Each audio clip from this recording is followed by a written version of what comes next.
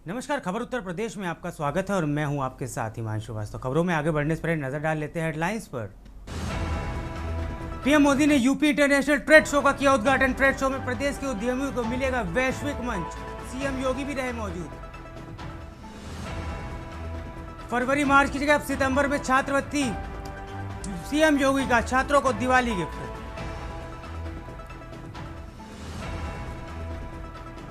इरफान सोलंकी को high court से बड़ी राहत, सभी मामलों में मिली जमानत।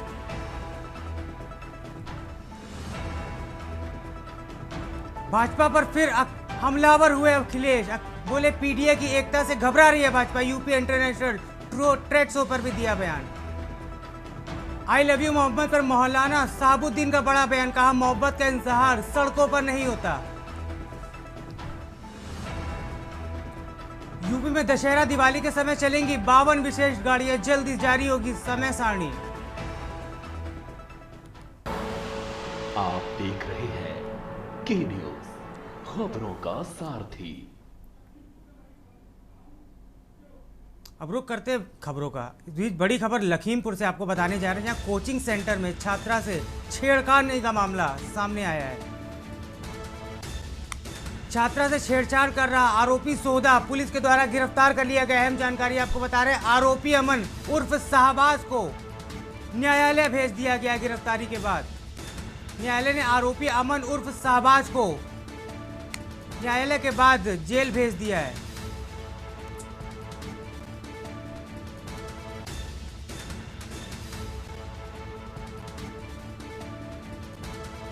छेड़खानी के मामले में आरोपी सौदे पर पुलिस ने कार्रवाई करते हुए उसे जेल भेज दिया। साथ ही सीसीटीवी फुटेज में उसकी यह हरकत, नापाक हरकत रिकॉर्ड हो गई है। लखीमपुर के सदर कोतवाली क्षेत्र का यह मामला बताया जा रहा है।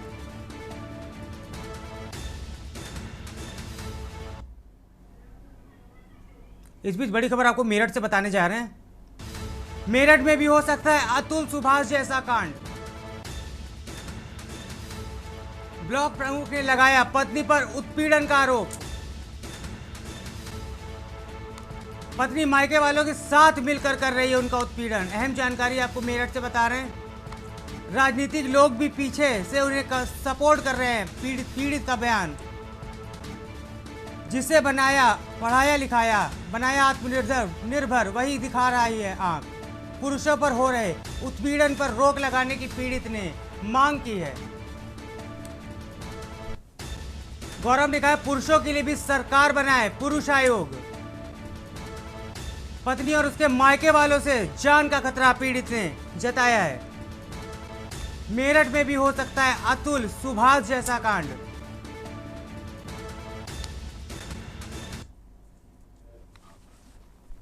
मेरा विवाद पत्नी से परिवार मान्य न्यायालय में चल रहा है। मेरे भाई से उनकी छोटी बहन की शादी हुई थी। जिस दिन उन दोनों का डाइवोर्स हुआ, तब से ये समस्या गहराती चली गई। उनका बहन प्रेम हमारे घर में आ घुसा और कुछ राजनीतिक लोग इसके बीच में आ गए, जिन्होंने इस चीज को हवा देने का काम किया। मेरा उत्पीड़न किया जा रहा है, मुझ पर मानसिक दबाव बनाया जा रहा है कि मैं जबरदस्ती अपनी पैतृक संपत्ति में उनकी बहन को कुछ अंश दूं। कानपुर की सीसामऊ सीट से सपा के विधायक रहे इरफान सोलंकी को बड़ी राहत देते हुए इलाहाबाद हाईकोर्ट ने बृहस्पतिवार को उनकी जमानत याचिका को मंजूर कर लिया है। साथ ही उनके सगे भाई रिजवान सोलंकी और इजराइल आटेवाला को भी जमानत पर रिहा करने का आदेश दे दिया है। उनके अधिवक्ता इमरान अल्लाह के अनुसार पूर्व विधायक को सभी मुकदमों में जमानत मिल गई। कल वह संभवतः जेल से बाहर आ सकते हैं।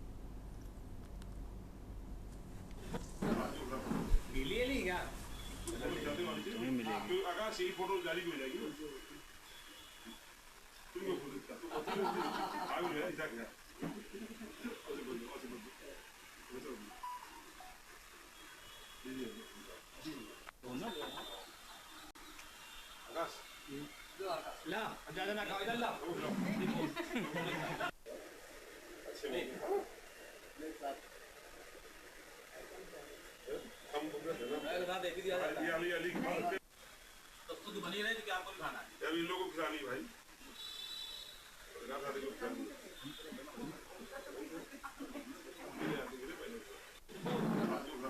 गीली क्या नहीं मिलेगी तो आकाश की फोटो जारी हो जाएगी तुमको आगे है इधर क्या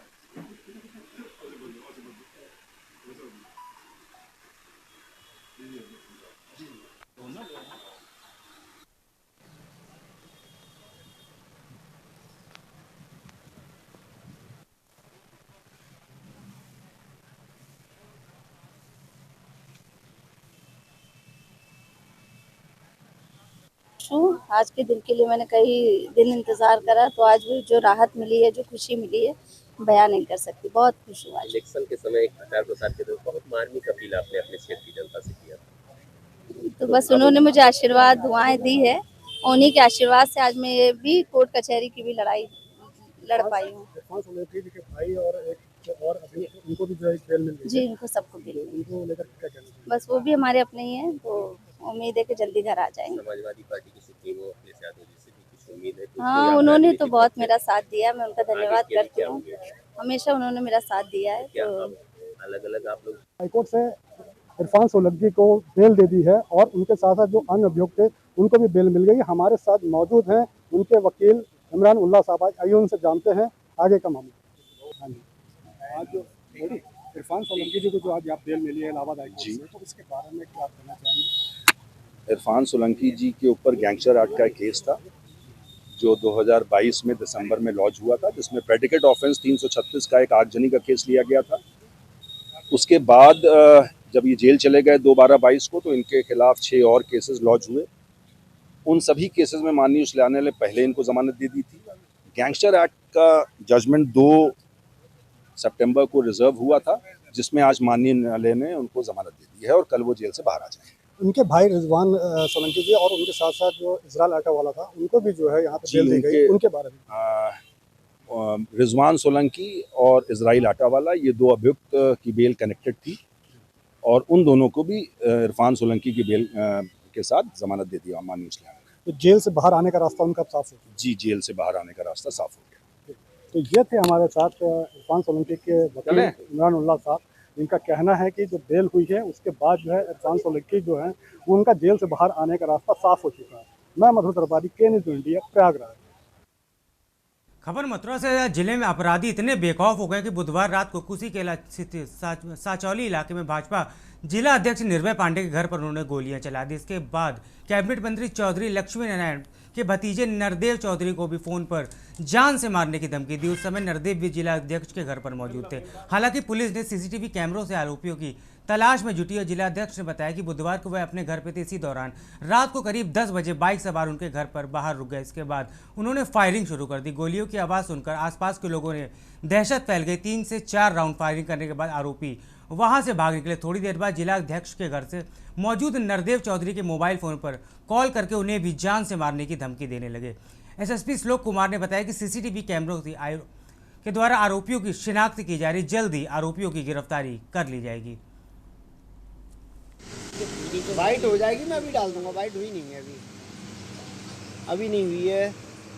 कल शाम लगभग 8:30 बजे के लगभग मुझको फ़ोन आता है और फ़ोन आने के बाद में मुझसे कहता है कि भाई तुम फलाने एक नाम लेता है, वो जस्सी नाम का, तो उसकी आप मदद क्यों कर रहे हो? हमने कहा हम भारतीय जनता पार्टी के कार्यकर्ता होने के नाते से और हम सब लोगों के लिए काम करना ये हमारा कर्तव्य है। मतलब मुझे जानता नहीं है कि मैं लोकेश पंडित हूँ। उसने कहा इस जिले में बहुत सारे पंडित हैं। इतने के बाद में फ़ोन कट करने के बाद में लगभग 10 बजे के बाद में 10 बजे के लगभग यहाँ। और जैसा कि पिछले 8 सालों में माननीय योगी सरकार ने जो उत्तर प्रदेश के अंदर कानून व्यवस्था स्थापित की है, मुझे पूरा विश्वास है कि माननीय जिलाध्यक्ष जी के आवास पर जो घटना हुई है और दोहरे तौर से हमारे नरदेव चौधरी जो भारतीय जनता पार्टी के युवा नेता हैं, 24 घंटे जनता के साथ रहते हैं, ऐसे लोगों पर यदि कोई आँच आने का कार्य होगा तो योगी सरकार में ये संभव नहीं है। और मैं समझता हूँ ये घटना दुर्भाग्यपूर्ण है कि इस तरीके से यदि जनप्रतिनिधियों के साथ घटनाक्रम हुआ तो। जनपद मथुरा के थाना कोसी कला में कल रात एक घटना घटित हुई है। कोसी कला की एक नरसी विलेज कॉलोनी है जिसमें निर्भय पांडे नाम के एक व्यक्ति हैं, प्रतिष्ठित व्यक्तित्व हैं। इनके घर पर आकर के बोलेरो से आए हैं कुछ हमलावर, और उनके द्वारा जो है वहाँ गाली गलौज किया गया है और फायर किया गया है, जो कि दरवाजे पर फायर लगा है। खबर कानपुर से, जहां सपा विधायक अमिताभ वाजपेयी ने पार्टी के पूर्व विधायक इरफान सोलंकी को जमानत मिलने पर खुशी जताते हुए मिठाइयां बांटी। उन्होंने कहा है कि पूर्व मंत्री आजम खां के बाहर आने के बाद इरफान सोलंकी का जेल से बाहर आना लोकतंत्र की बड़ी जीत है। न्यायपालिका ने साबित कर दिया कि देश में सच को बहुत समय तक दबा कर नहीं रखा जाता। इसके साथ ही विधायक ने कहा कि लंबे समय तक जेल में रखने के बाद भी सीसामऊ विधानसभा क्षेत्र के मतदाताओं के बीच पूर्व विधायक की लोकप्रियता में कोई कमी नहीं आई। इसलिए सत्ता पक्ष की जीत प्रबल संभावना के बावजूद पिछले दिनों हुए उपचुनाव में पूर्व विधायक की पत्नी नसीम सोलंकी निर्वाचित घोषित होने से कामयाब रही थी। बता दें 26 दिसंबर 2022 को महानगर के जाजमऊ थाने में एफआईआर दर्ज हुई थी, जिसके तहत पुलिस ने सीसामऊ विधायक क्षेत्र से तत्कालीन विधायक को गिरफ्तार कर जेल भेज दिया था।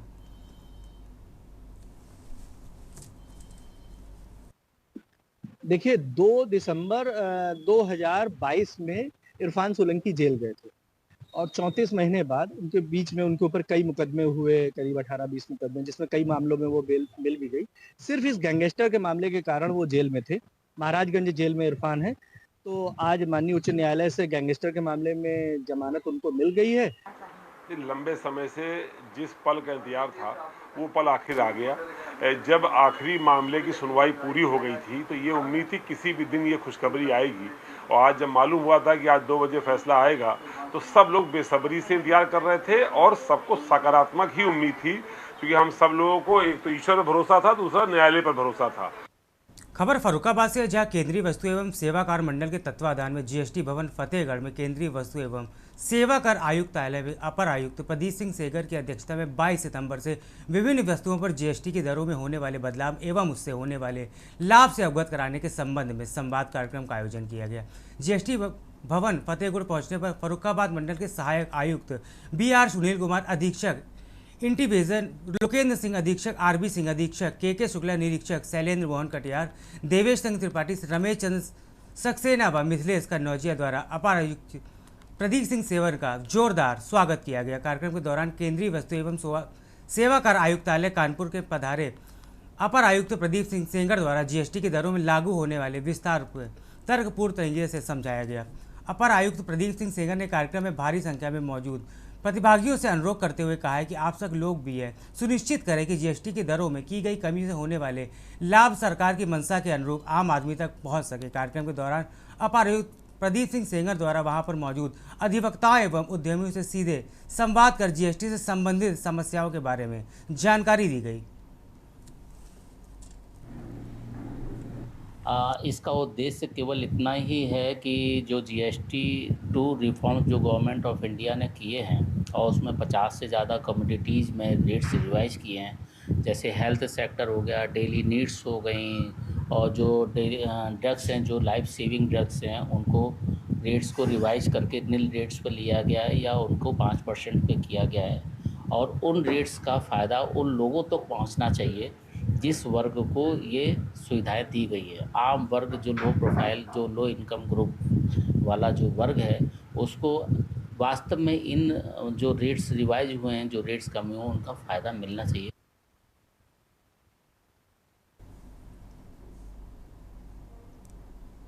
खबर हमीरपुर से, जहां जिले के सरीला तहसील में मिशन शक्ति अभियान के तहत छात्राओं को प्रशासनिक जिम्मेदारी सौंपी गई। GIC सरीला की कक्षा 12 की छात्रा मोहिनी एक दिन के लिए SDM बनी, जबकि छात्रा सानली को तहसीलदार का कार्यभार सौंपा गया। दोनों छात्राएं तहसील कार्यालय पहुंची और जन सुनवाई के साथ फाइल निस्तारण जैसे प्रशासनिक कार्यों को सीखा। इस अनूठे अनुभव पर छात्राओं ने कहा कि वह भविष्य में अफसर बनकर देश की सेवा करना चाहती है। तहसील के अधिकारियों और कर्मचारियों ने छात्राओं का उत्साहवर्धन किया और मिशन शक्ति अभियान की सराहना की।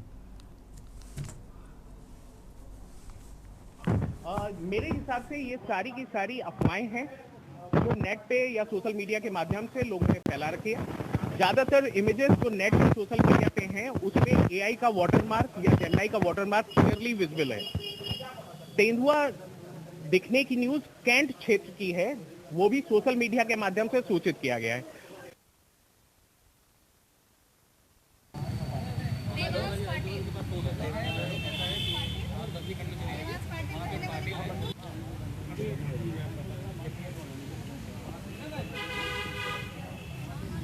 बताएं। अवेयरनेस के लिए हम लोग जगह जगह पे जा रहे हैं, लोगों को समझा भी रहे हैं कि यहाँ पे ध्यान मत दो। और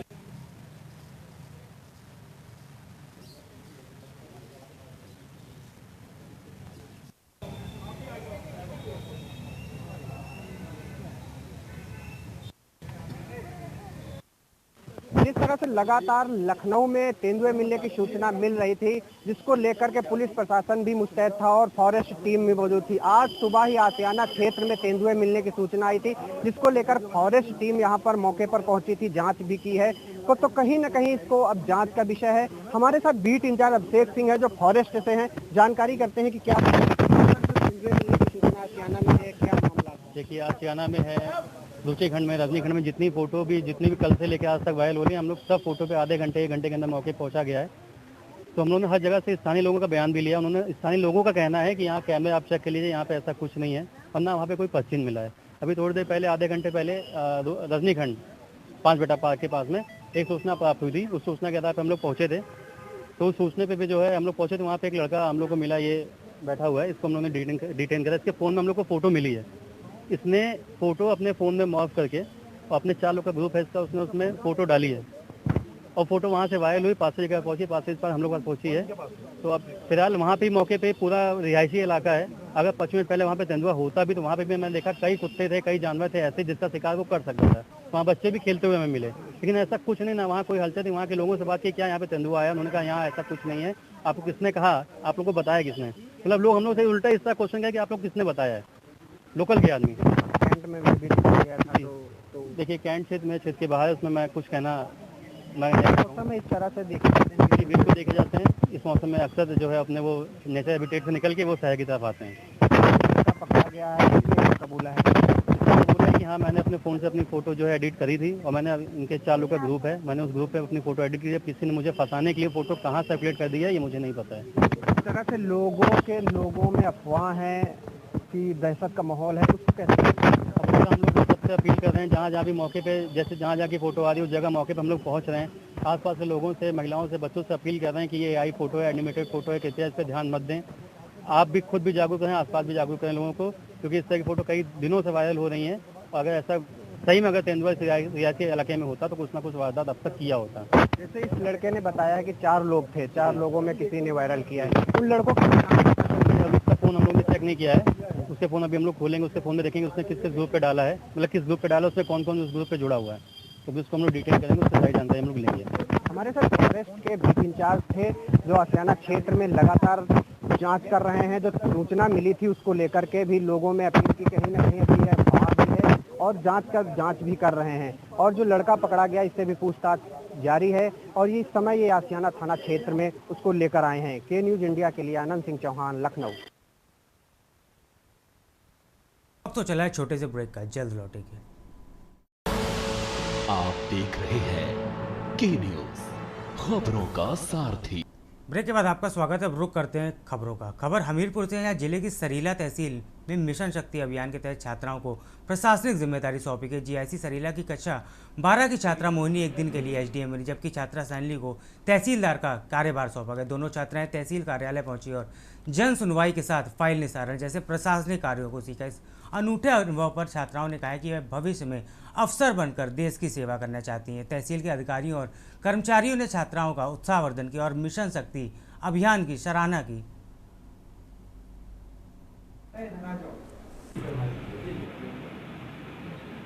राज्य सरकार द्वारा महिलाओं के उत्थान के लिए चलाया जाने वाला एक बहुत ही महत्वपूर्ण कार्यक्रम है, जिसके तहत आज कुमारी मोहिनी और कुमारी शालिनी को, जो कि राजकीय इंटर कॉलेज सरीला की छात्राएं हैं, मोहिनी को आज हमने SDM का काम दिया। एक दिन के लिए इनको SDM बनाया गया है तथा शालिनी को एक दिन के लिए तहसीलदार बनाया गया है। इन दोनों ही छात्राओं द्वारा तहसील के कामकाज को देखा गया है, समझा गया है और तहसील के सभी पटलों पर जा करके उनके बारे में जानकारी ली गई है। अहम जानकारी आपको औरैया से बताने जा रहे हैं, जहां पुलिस अधीक्षक अभिषेक भारती ने जन सुनवाई की है।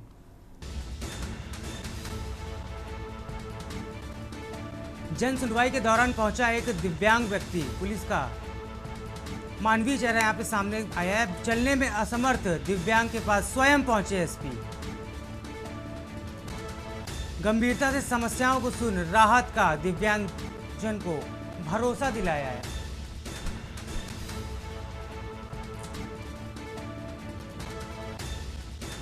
त्वरित कार्रवाई के डीएम की तरफ से निर्देश भी दिए गए हैं। अहम जानकारी आपको बता रहे हैं कि साथ ही विभाग को समस्या का निराकरण करने के भी आदेश दे दिए गए हैं। वहीं लोगों ने एसपी की संवेदनशील पहल की खूब सराहना की है। अहम जानकारी आपको औरैया से बता रहे हैं, जहां पुलिस अधीक्षक अभिषेक भारती की जन सुनवाई में एक दिव्यांगजन पहुंचे।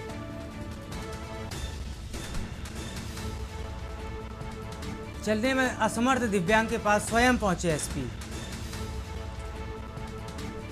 गंभीरता से समस्या को सुना और राहत का उनकी तरफ से भरोसा दिलाया गया।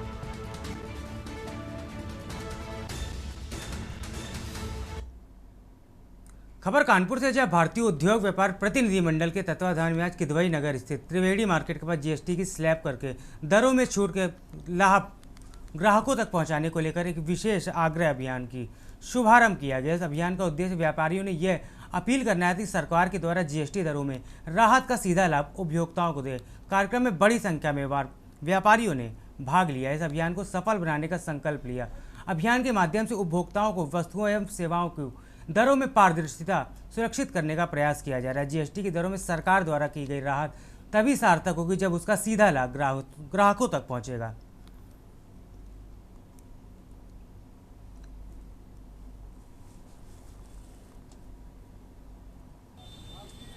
देखिए, 15 अगस्त को प्रधानमंत्री जी ने लाल किले से वादा किया था, उसको निभाया गया। जीएसटी काउंसिल की बैठक हुई 3 और 4 तारीख को इसी महीने। इसमें यह फैसला हुआ कि 28% और 12% के स्लैब को ख़त्म किया जाएगा। 28 वाला 18 या 5 में या 0, इसी तरह 12 में भी 5 या 0 करके टैक्स स्लैब और दरों को कम किया गया। खबर कानपुर से, जहां गुप्ता घाट स्थित आयुष्मान भारत नगरी हेल्थ वेलनेस सेंटर का नज़ारा बृहस्पतिवार को बिल्कुल अलग था। दरी पर चौपालनुमा अंदाज में महिलाएं बैठी थी और उन्हीं के बीच जिला अधिकारी जितेंद्र प्रताप सिंह भी जमीन पर बैठकर उनसे सीधा संवाद कर रहे थे। स्वस्थ नारी सशक्त परिवार अभियान के तहत मिशन शक्ति 5.0 के तहत आयोजित इस महिला आरोग्य समिति की बैठक में महिलाओं ने खुलकर अपनी बातें रखी। किसी ने एनीमिया और महामारी से जुड़ी परेशानी बताई तो किसी ने बच्चों के पोषण और टीकाकरण से जुड़े सवाल उठाए। माहौल इतना सजग था कि महिलाएं बिना झिझक अपनी समस्याएं साझा करती रहीं।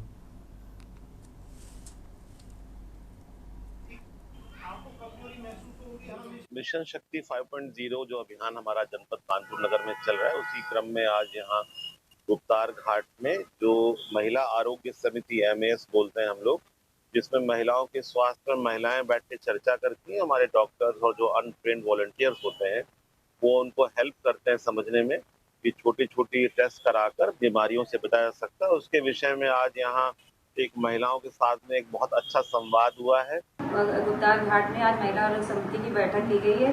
उस बैठक में हम लोग शामिल हुए हैं। उसमें बताया गया सशक्त नारी स्वस्थ परिवार और होमोग्लोबिन के बारे में बताया गया। इसकी जांच कराई गई है। खबर बुलंदशहर से, जहां कस्बा अहमदगढ़ के शांतिकुंज हरिद्वार गायत्री परिवार द्वारा आयोजित 108 कुंडी दिव्य यज्ञ में उत्तर प्रदेश राज्य महिला आयोग की अध्यक्ष बबीता चौहान ने विशेष रूप से भाग लिया। यज्ञ स्थल पर पहुंचने पर क्षेत्रीय जनता, कार्यकर्ता और श्रद्धालुओं ने उनका गर्मजोशी से स्वागत किया। जगह जगह फूल मालाओं से उनका अभिनंदन किया गया। यज्ञ में भाग लेने के बाद बबीता चौहान अपने पैतृक गाँव खकुड़ा के लिए रवाना हो गए। बातचीत के दौरान उन्होंने कहा कि देश के प्रधानमंत्री मोदी और उत्तर प्रदेश के मुख्यमंत्री योगी आदित्यनाथ महिलाओं को हर क्षेत्र में मान सम्मान और बराबरी का अधिकार दिया है। आज महिलाएं हर स्तर पर आगे बढ़ रही हैं और सरकार की नीतियों से उन्हें शिक्षा, सुरक्षा और रोजगार के क्षेत्र में मजबूती मिली है। वहीं शांतिकुंज हरिद्वार के गायत्री परिवार द्वारा आयोजित इस 108 कुंडी यज्ञ धार्मिक आस्था और सामाजिक समरसता का अनूठा उदाहरण बनकर सामने आया है।